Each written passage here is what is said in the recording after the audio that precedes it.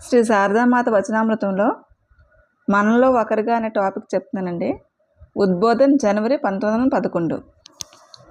ఒక శుక్రవారం ఉదయం శ్రీ కలకత్తా పాటల్డంగాలోని మా ఇంటికి వచ్చి, రేపు మాతృదేవిని దర్శించడానికి వెళ్తున్నాం, సిద్ధంగా ఉండండి అని చెప్పారు. అప్పుడు ఆహా, చివరకు మాతృదేవిని దర్శించుకోవడానికి రేపు వెళ్తున్నాం. రాత్రంతా నాకు నిద్ర పట్టలేదు. గత 14-15 సంవత్సరాలుగా నేను కలకత్తాలోనే నివసిస్తున్నాను. ఇంతకాలానికి మాతృదేవి నన్ను అనుగ్రహిస్తున్నారా అని అనుకున్నాను. మంచి రోజులు రావడానికి ఇంతకాలం పట్టిందా? మర్నాడు సాయంత్రం ఒక బండిని బాడుగకు కుదుర్చుకున్నాం. బ్రహ్మ సమాజ బాలికా పాఠశాలకు వెళ్ళి సుమతిని కూడా తీసుకుని మాతృదేవి దర్శనానికి బయలుదేరాం. నా ఆతృత ఉత్సుకత వర్ణనాతీతం. బాగ్ బజార్లోని మాతృదేవి ఇంటిని చేరుకున్నప్పుడు ఆమె పూజా మందిర ద్వారం వద్ద నిలబడి ఉన్నారు. ఆమె ఒక పాదం గడప మీద, మరొక పాదం కాళ్ళు తుడుచుకునే పట్టా మీద ఉన్నాయి. తల మీద ముసుగు లేదు. ఎడమ చేతిని పైకెత్తి వాకలి మీద ఉంచి కుడి చేతిని జారి విడిచి ఎవరి కోసం ఎదురు చూస్తున్నట్లు ఆతృతతో నిలబడి ఉన్నారు. నేను మాతృదేవి పాదాలకు నమస్కరించగానే ఆమె నా గురించి, సుమతి గురించి అడిగారు. తన అక్కగా నన్ను సుమతి మాతృదేవికి పరిచయం చేసింది. కొంతకాలంగా మాతృదేవిని సుమతి దర్శిస్తూ ఉంది. మాతృదేవి నాతో ఇలా అన్నారు: అమ్మాయి, ఇలా చూడు, నా తమ్ముడి భార్య రాదు, అందరికీ జ్వరం. వీరిని ఎవరు చూసుకుంటారు? ఎవరు శుశ్రూష చేస్తారు? నాకు ఏమీ తోచడం లేదు. వీరి కారణంగా నేను ఎంత ఇబ్బంది పడుతున్నానో కదా. కాస్త కూర్చో, బట్టలు ఉతుక్కొని వస్తాను. మేము అలాగే వేచి ఉన్నాం. బట్టలు ఉతికిన తర్వాత మాతృదేవి వచ్చారు. చేతుల నిండుగా జిలేబీల ప్రసాదం తీసుకువచ్చి నాకు ఇస్తూ, అమ్మాయి, సుమతికి కూడా ఇవ్వు, ఇంకా నువ్వు కూడా తీసుకో అని చెప్పారు. బడికి తిరిగి వెళ్ళడానికి సుమతికి ఆలస్యం అవుతున్నందున మేము ఎక్కువసేపు అక్కడ గడపలేకపోయాం. అందువల్ల మాతృదేవికి ప్రణామాలు చేసి సెలవు పుచ్చుకున్నాం. మళ్ళీ రండి అంటూ మాతృదేవి మాకు వీడ్కోలు పలికారు. ఈ విధంగా 5 నిమిషాలే మాతృదేవిని దర్శించడంలో నాకెంతో తృప్తి కలిగింది. కేవలం 5 నిమిషాలు మాత్రమే ఆవిడ దగ్గర ఉండడం వల్ల నాకు తగిన తృప్తి కలగలేదు. నమస్కరించకుండానే ఇంటికి తిరిగి వచ్చాను. ఫిబ్రవరి 12, 1911.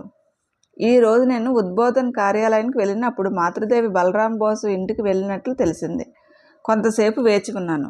ఆమె తిరిగి రాగానే నేను నమస్కారం చేశాను. మాతృదేవి చిరునవ్వుతో, ఎవరితో వచ్చావు అని అడిగారు. నా మేనల్లుడితో అని బదులు చెప్పాను. తదుపరి మాతృదేవి, ఎలా ఉన్నావు? నీ సోదరి బాగుందా? చాలా రోజుల దాకా నువ్వు రాకపోయేసరికి నీకు ఒంట్లో కులాసాగా లేదేమోనని ఆందోళన పడ్డానని అన్నారు. నేను ఆశ్చర్యపోయాను. మాతృదేవిని నేను దర్శించింది ఒక్కసారే, అది కూడా కేవలం 5 నిమిషాలే. అయినా మాతృదేవి నన్ను జ్ఞాపకం ఉంచుకున్నారు. నా కళ్ళు ఆర్ద్రమైనాయి.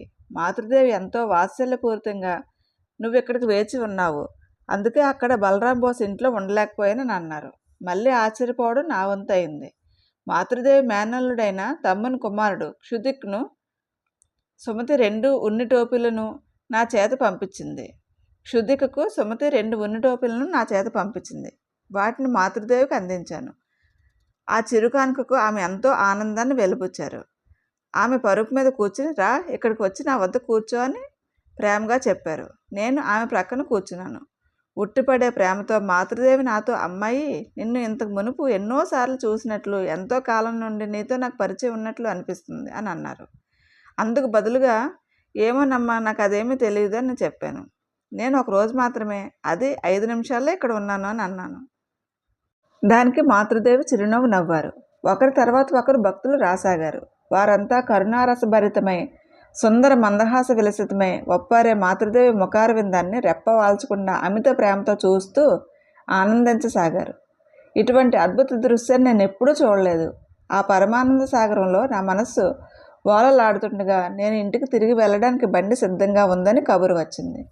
వెంటనే మాతృదేవి లేచి వెళ్ళి నాకు ప్రసాదం ఇచ్చారు. దాన్ని నా నోటి వద్ద పెట్టి, తిను తిను అన్నారు. పరుల సమక్షంలో నేను ఒక్కదాన్ని తినడానికి సిగ్గుపడ్డాను.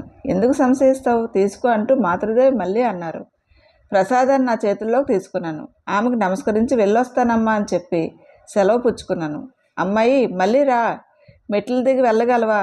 నేను కూడా నీతో రానా అని మాతృదేవి మెట్ల వరకు వచ్చారు. వద్దమ్మా, నేనే వెళ్ళగానని చెప్పాను. మీరు రావద్దని చెప్పాను. మళ్ళీ ఒకరోజు ఉదయాన్నే రా అంటూ మాతృదేవి నాకు సెలవు ఇచ్చారు.